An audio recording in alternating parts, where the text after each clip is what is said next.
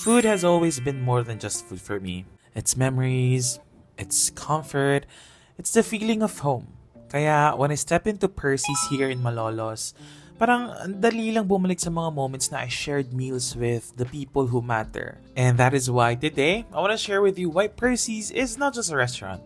It's a lifestyle destination for elevated Filipino cuisine. And when I say Filipino cuisine, they just have so many. Ganito yung mga times na sobrang hindi ako makapili kung ano yung gusto kong unang kainin because, hello, they all look so good. Pero syempre, para hindi rin kayo ma-overwhelm just like me, I'm gonna be sharing some of my top picks. Syempre, walang kabias-bias as someone who really loves seafood. I would really recommend you guys to try their prawn thermidor. At syempre, kung pang solo lang naman, you should try their salted egg shrimp. Masarap din at kuhang-kuha talaga yung classic flavors ng kanilang mga all-day breakfast meals. I also love their beef salpicao and one of the iconic Filipino food, sisig. And of course, their pride, the baby back ribs and grilled tuna belly. The way it looks, the way it smells, and the way it tastes just speaks for itself. No wonder ito yung mga bestseller nila. Oy, meron nga rin pala sila dito mga coffee and iced drinks. Kaya nga ayan, naging barista na naman ako. And if there's a celebration coming up, you can even book their package deals or promo bundles. Kaya visit them today or message their Facebook page for more information. So, paano? Kita kits?